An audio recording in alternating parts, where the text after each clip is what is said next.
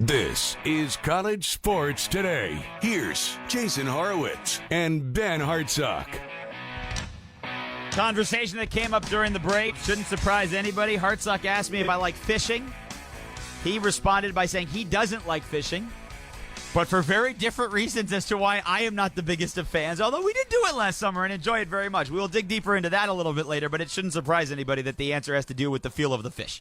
That should not surprise anybody as we get into that. Happy to have you back with us here on this Tuesday. Hope you're having a wonderful afternoon as we keep getting you set for the college baseball tournament, which gets going coming up later this week, and it will include NJIT. New Jersey Institute of Technology, located in Newark. Their head coach is Robbie McClellan. They will open up against Arkansas, the overall number 1 seed, coming up later this week, and Coach is good enough to join us. How are you, Coach McClellan? I'm excellent. How are you guys doing? Thanks for having me, and I was just listening. I enjoy fishing, so I don't know if that counts or doesn't count. But well, let's dig into this. No, this is important. Yeah, what is is our it about kind of fishing stuff right that you here, enjoy? Yeah. We don't listen. I'm sure you're a wonderful manager, and you know when to pull your starter in the 5th inning. But what is it about fishing that you like? I just enjoy it. You know, I grew up in Kansas, the pond, all that good stuff. I just think it's peaceful. So I'm a big fan. So are you an offshore fisherman? Are you a trout fisherman? Are you a fly fisherman? Fishing is a very broad spectrum. Where do you carve out your little niche? I would say Mead Lake, which is a small lake in Kansas, and I'm going for catfish. That's what I'm going for. Oh, cat! Do you noodle? Have you ever done that where you go in and catch them barehanded? I'm not that fancy and I'm not that athletic, so. Okay, so wait a minute. Then I think this is so. Again, we've talked a lot about mental health today, Robbie. I think this is really perfect. So when I was 6, my mom worked at an overnight camp in Michigan, which is where I grew up, and there was a lake, and I really enjoyed fishing, right? We had the pole that was just made out of wood, and it had line and a hook on it. Yep. And there were all these bluegill on the dock, by the dock, and there were these like 2 or 3 really big catfish. And when I was 6, I fell in the water.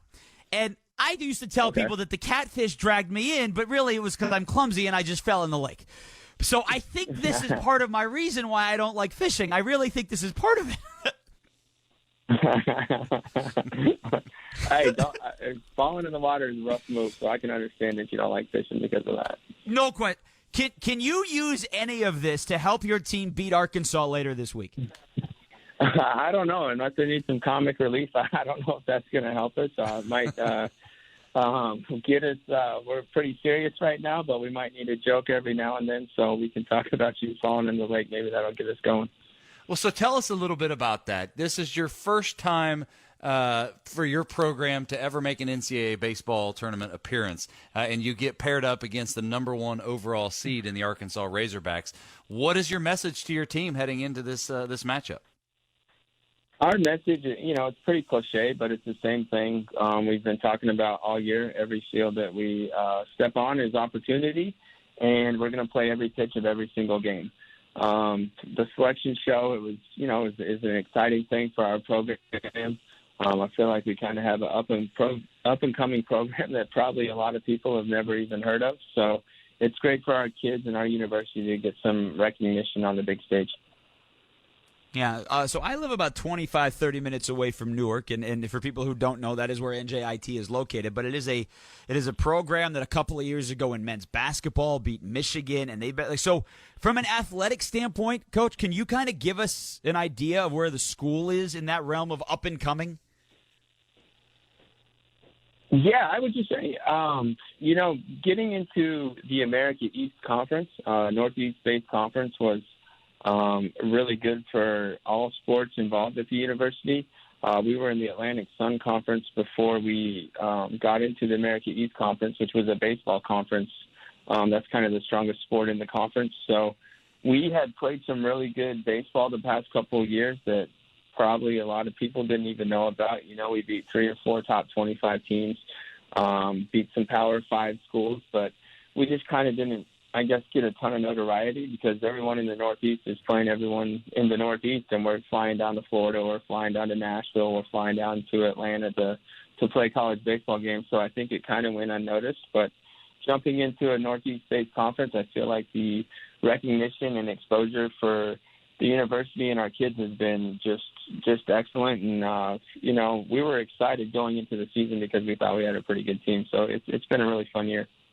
So tell us about the experience of getting into that American East Conference tournament, and you're matched up against Stony Brook, and you the game gets canceled, and then the game gets canceled, and they name you champions. Well, what was that like? Yeah, there's I guess I'm going to try to be good about this. There's a lot of, talk kind of out on social media fronts that we weren't there, we didn't want to play. That is not true. We were there at 7 a.m. in the indoor hitting facility. As a university and coaches, we do not make the decision whether to play or not. It's the games committee of the conference tournament, and the conference tournament decided that there was too much rain throughout the course of the day, so they canceled the rest of the tournament. We were in the winner's bracket, so that's kind of how we jumped in and got the bid. I understand the frustration on the Stony Brook kids' part. I understand either way that situation worked out.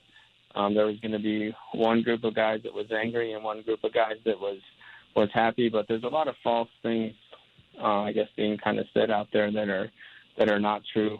We were there, we were ready to play, and it's just kind of been a messy little deal. But at the end of the day, we're excited to head to Fayetteville. Yeah, it didn't stop raining here in New Jersey Saturday and Sunday. Literally, it didn't stop raining. So there was no chance. And by the way, the field was selected on Monday and announced. So, they had to say who was in. Mm-hmm. They couldn't delay the game till Monday. Was there any talk about postponing the game until Monday? And then they could just put in the fill-in-the-blank winner gets in? Yeah, we had talked about that, but I guess the conference reached out to the NCAA, and the NCAA said that 11:59 at night, the automatic qualifier needed to be turned into the NCAA. So they kind of put both schools kind of in a rough situation. We were in the winner's bracket, so we had to win one, and we didn't get the chance to get that done. So it was kind of a situation I don't wish upon anybody, but it just kind of happened how it happened, and the conference made their recommendation, or I guess if you want to call it like that, and here we are. We have had several coaches on our show today, and a couple of guys that call the games for television and radio.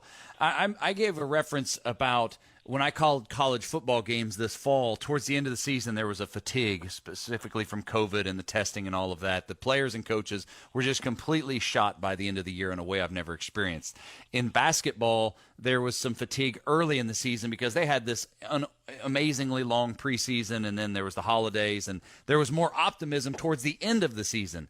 I'm curious from the baseball perspective, in this unprecedented reality that you guys have all gone through to get to this point and now be in the NCAA tournament, have your players gotten more energy as the season progressed, as the vaccines got more prevalent, or are these guys all just running on fumes? What have you felt like in your own coaching staff and team as well? Well, I guess for us, we started off so bad because we were so injured. We had really no choice but the second half of the season to turn it on. So the second half of the season is actually when we played the best. We won 18 out of our last 22, and we won 9 in a row. So I guess some teams may or may not have had fatigue, but for us, we didn't really see any of those signs. Maybe it was because we were playing for our life every weekend, but for the last probably month and a half, we've been really hot and playing our best baseball, so that we didn't really see any signs of fatigue.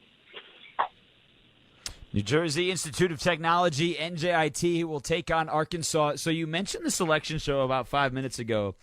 You knew you were an automatic bid, so you knew you'd be somebody. I'm guessing you had an idea you'd be in that 4 spot. That means that your name came up second. So what'd you do the rest of the show? Well, it's so funny. I as a player, I played at Arizona State University, so I was part of the selection show, and it seemed like whenever that selection show came out, we were always waiting until the end. And got into coaching. And, you know, as a head coach, one of your dreams is always to be a head coach of a regional team. So I'm trying to get comfortable in my chair, and before I even know it, they pop our name up there second. So I was kind of giving our guys a hard time at practice. I was like, can you believe I waited 15, 20 years for this, and they popped us up second? So we were all kind of just sitting there and kind of stunned because everything that we had saw online, and I feel like, you know, Baseball America, D1 Baseball, ESPN, those places are all pretty accurate. Either had us going to Lubbock or Vanderbilt, and sure enough, we showed up first spot going to Arkansas and playing the number one team in the country. So there was excitement and there was shock, I think, kind of on our end of the situation. How would you describe what you anticipate to walk into there in Fayetteville? I can kind of imagine we're going to probably walk in front of 10 or 12,000 people that are Arkansas fans and about 200 fans that are NJIT fans. And I think they are going to probably be who is NJIT in the first place, and then I think that's probably one of the main questions Arkansas fans have right now. So, and then, you know, it's going to be a great atmosphere. Everything you research on that ballpark and their fans is they pack it and they bring a ton of energy to the stadium. So hopefully we're playing our best baseball and can show our kids what a big-time college baseball environment's all about. Do you tell them what it was like being at Arizona State, or do you let them experience it for themselves?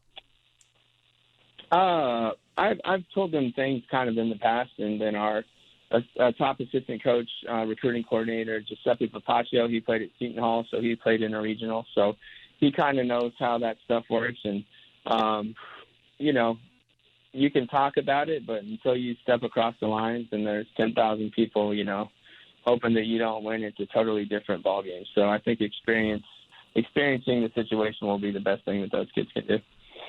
Robbie McClellan, NJIT coach. They get Arkansas coming up later this week. Nebraska, Northeastern, the other two in Fayetteville. We appreciate the time, Coach. Best of luck.